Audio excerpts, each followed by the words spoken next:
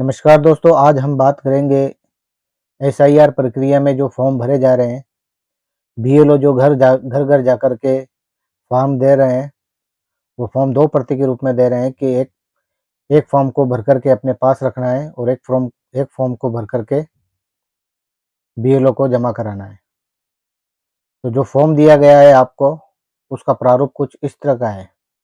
शुरू-शुरू में जो ऊपर हेडिंग है वो भारत निर्वाचन आयोग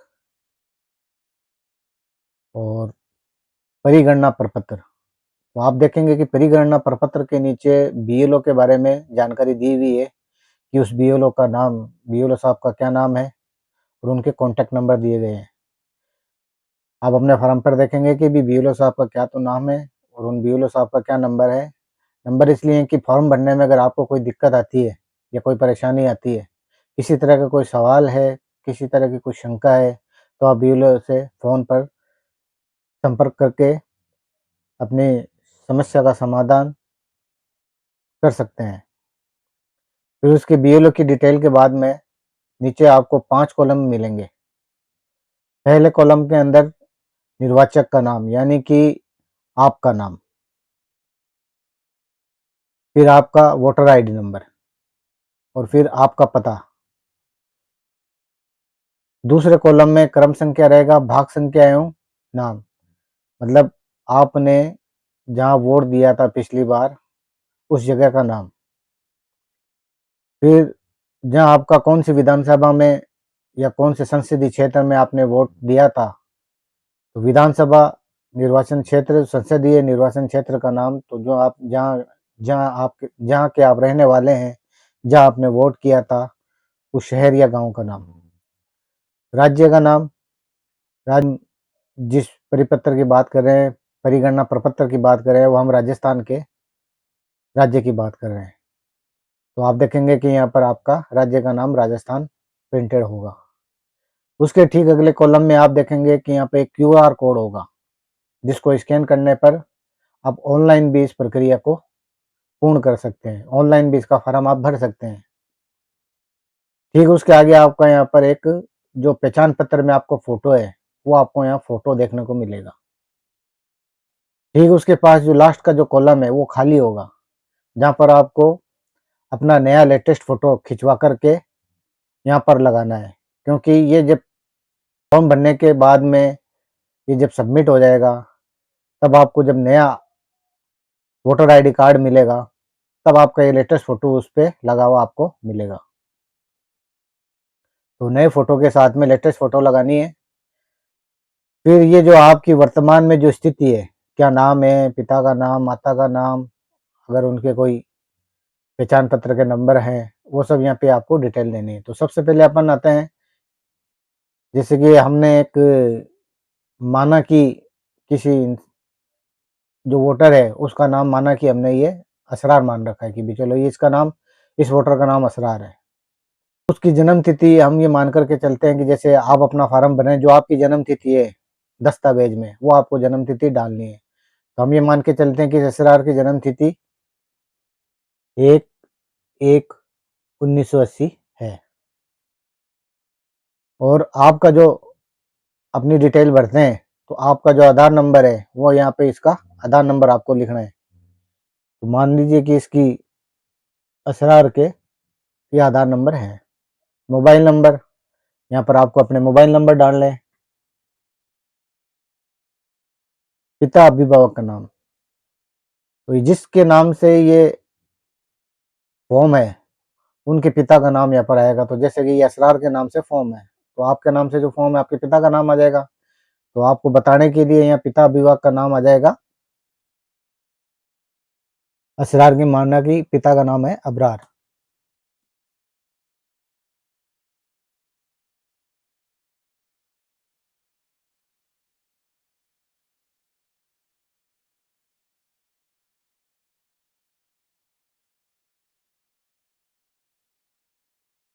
अब ये यहाँ पे अगला कॉलम है पिता या अभिभावक के ईपिक आईडी नंबर, अगर उपलब्ध हो। तो अगर उपलब्ध है तो ठीक है, नहीं तो इसको खाली छोड़ना है। जैसे कि आरजे से भी शुरू हो सकती है एपिक नंबर, और MTW से भी शुरू हो सकती है एपिक नंबर।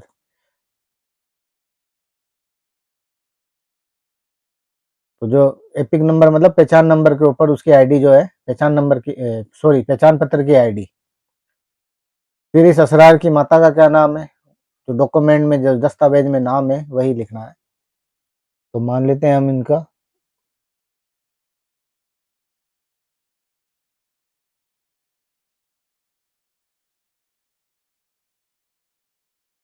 नसीम है।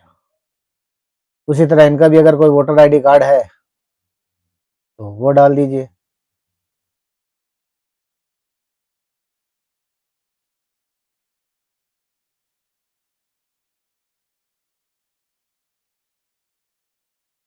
अब ये जो असरार है, यानी कि जो आपका जो जिसके नाम से ये परिपत्र आया है, प्रपत्र आया है,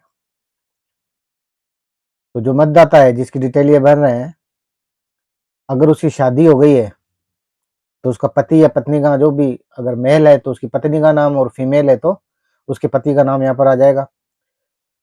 और उनका अगर कोई वोटर आईडी कार्ड अगर उपलब्ध है तो उसके वोटर आईडी नंबर यहाँ पे आ जाएंगे। ये हमारा एक जो पहली प्रक्रिया, मतलब पहला जो चरण है, ये पहला जो सारणी है, टेबल है, ये कंप्लीट हो गई।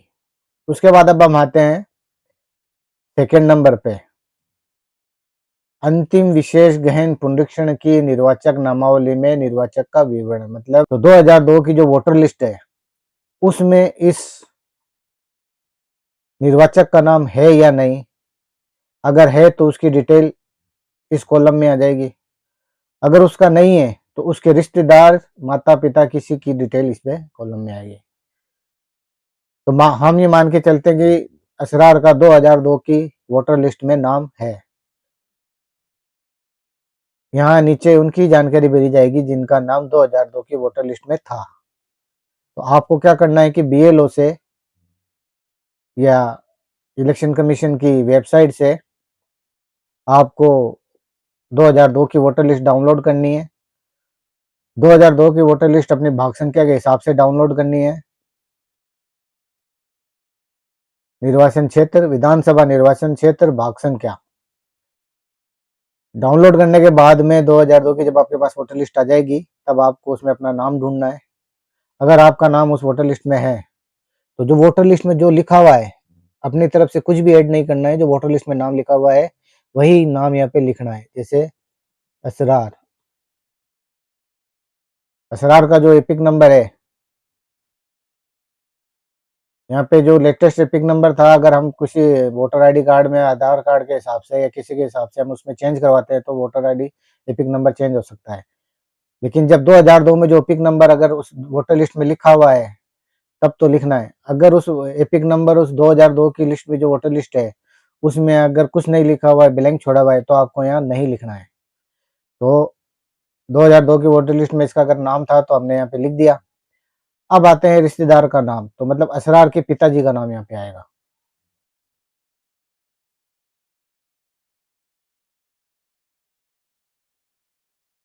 असरार के पिता का नाम जो उसमें 2002 की वोटर लिस्ट में लिखा है वही लिखना है। अपनी तरफ से कुछ ऐड नहीं करना है, ना सरनेम, ना जाति, ना कुछ भी। आगे आ गया रिश्ते का नाम। रिश्ते का नाम का मतलब है यहाँ पे अपना अबरार और असरार में क्या रिश्ता है वो लिखना है। तो ये हो गया पिता का रिश्ता, अबरार असरार के पिता हैं।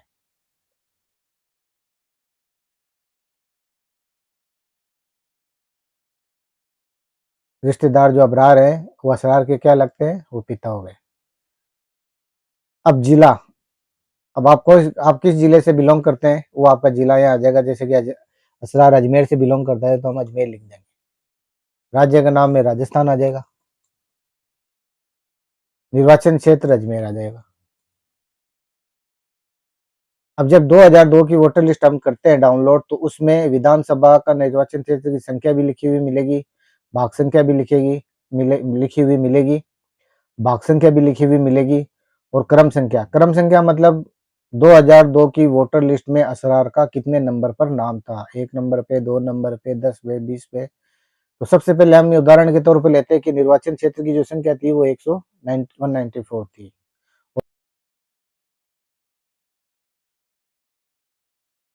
और यहाँ क्रम संख्या मान लीजिए कि ये 243वें नंबर पर था। जब ये पूरी अगर 2002 में उसके वोटर लिस्ट में इसका नाम था और ये हमने इसको पूरा भर दिया, तब ये अगला जो कॉलम है उस रिश्तेदार का विवरण जिसका नाम पिछले कॉलम में दिया गया है अंतिम विशेष गहन पुनरीक्षण के अनुसार, इस कॉलम को कुछ भी नहीं भरना है, खाली छोड़ना है। खाली छोड़ने के बाद में ये कुछ नियम, कुछ जानकारी लिखी है। उसके ठीक नीचे यहाँ पर निर्वाचक या परिवार के किसी अन्य व्यक्ति सदस्य रिश्ते का उल्लेख करें कोष्ठक में के हस्ताक्षर बाएं हाथ के अंगूठे का निशान तारीख सहित। यहाँ पर आपको अपना हस्ताक्षर साइन करना है और दिनांक लगानी है। साथ ही बीएलओ की घोषणा मैंने उपरोक्त विवरण का सत्यापन अंतिम विशेष गहन पुनरीक्षण की निर्वाचक नामावली से कर लिया। आपके साइन और होने के बाद में बीएलओ साहब को जब आप फार्म जमा करवाएंगे तब बीएलओ साहब पूरी जानकारी चेक करने के बाद अपने हस्ताक्षर यहाँ पे करेंगे। एक फॉर्म अपने पास रख लेंगे और एक फॉर्म आपको अपने पास रखना है। अब मान लीजिए कि असरार का नाम, यानी कि आपके पास जो है किसी मतदाता का नाम इस 2002 की वोटर लिस्ट में नहीं है, तब हम क्या करेंगे कि इस कॉलम को खाली छोड़ेंगे और इस कॉलम को हम भरेंगे, इस टेबल को हम भरेंगे। कैसे भरेंगे? ठीक है। अब मान लीजिए कि इस असरार का नाम इस 2002 की वोटर लिस्ट में नहीं है, तो इसको हम खाली छोड़ देंगे और इसमें उसके 2002 की लिस्ट में अगर इसके माता का नाम, पिता का नाम या अन्य किसी रिश्तेदार का नाम है तो हमें यहाँ पे उनकी डिटेल लिखनी है। तो हम अब अगर यहाँ पे क्या करेंगे कि 2002 की वोटर लिस्ट हम चेक करेंगे, तो पिता का नाम हमें अगर मिलता है तो यहाँ पे पिता का नाम आ जाएगा अबरार। इपिक नंबर वही, अगर इनका अबरार का यानी कि असरार के पिताजी का अगर कोई 2002 की वोटर लिस्ट में अगर इपिक नंबर लिखा है तो ही लिखना है, नहीं तो इसको खाली छोड़ना है। अब अबरार के यानी कि असरार के पिताजी जो है अबरार, इनके पिता का नाम, अबरार के पिताजी का नाम यहाँ पे लिखना है।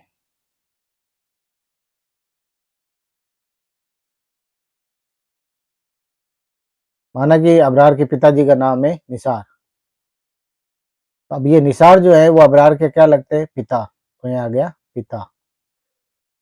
जिला आ जाएगा अजमेर, जहाँ आप रहने वाले हो अपना डालना, या आपके पिताजी या रिश्तेदार जहाँ जिस जिला के वो डालना। राज्य का नाम आ जाएगा राजस्थान और विधानसभा क्षेत्र का नाम आ जाएगा अजमेर।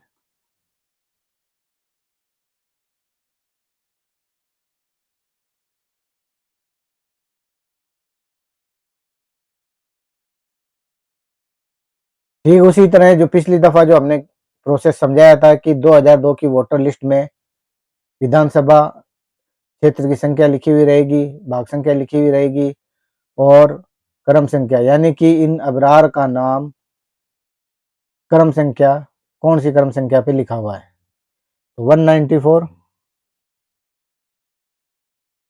78 और यहाँ मान के चलते हैं कि 158 क्रम संख्या पे अबरार का नाम लिखा हुआ था।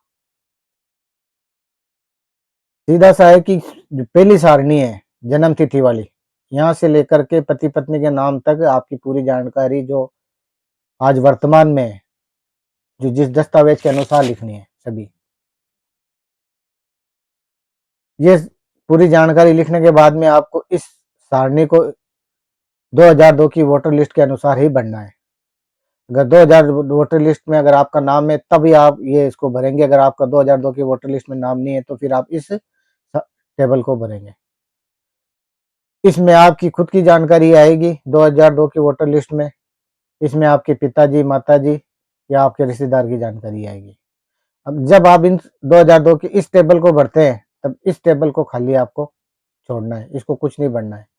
और अगर जब आप इसको भरते हैं तो इधर कोई भी जानकारी आप नहीं लिखेंगे। लेकिन इसमें जो 2002 की वोटर लिस्ट में जो जानकारी है वो ही लिखेंगे, अपनी तरफ से अलग कुछ भी ऐड नहीं करेंगे। यहाँ मैं आपको एक थोड़ी-सी बात ये समझा दूँ कि बीएलओ साहब ने फॉर्म देते वक़्त आपको ये बात बताई होगी कि इसको ध्यानपूर्वक भरना है, क्योंकि दोबारा ये फॉर्म आपको नहीं मिलेंगे। तो यहाँ आपको ये करना है कि इन फॉर्म की फ़ोटोकॉपी करा लें, फ़ोटोकॉपी करा कर के उस फॉर्म को भरें, भर कर के बीएलओ साहब को चेक करवाएँ। अगर वेरिफ़िकेशन करने के बाद में बीएलओ साहब कहते हैं ठीक है, तो इसको देख कर के फिर ओरिजिनल फॉर्म भर दें, जिससे कि आपके ओरिजिनल फॉर्म ख़राब ना हो। तो उम्मीद करता हूँ कि मेरे द्वारा बताई गई जानकारी आपको पसंद आई होगी। किसी तरह का कोई अगर आपके पास सवाल है तो आप कमेंट बॉक्स में पूछ सकते हैं। तो मेरे चैनल को लाइक करें, सब्सक्राइब करें, शेयर करें और ज़्यादा से ज़्यादा इस जानकारी को शेयर करें कि जिससे कि लोगों की मदद हो सके। धन्यवाद।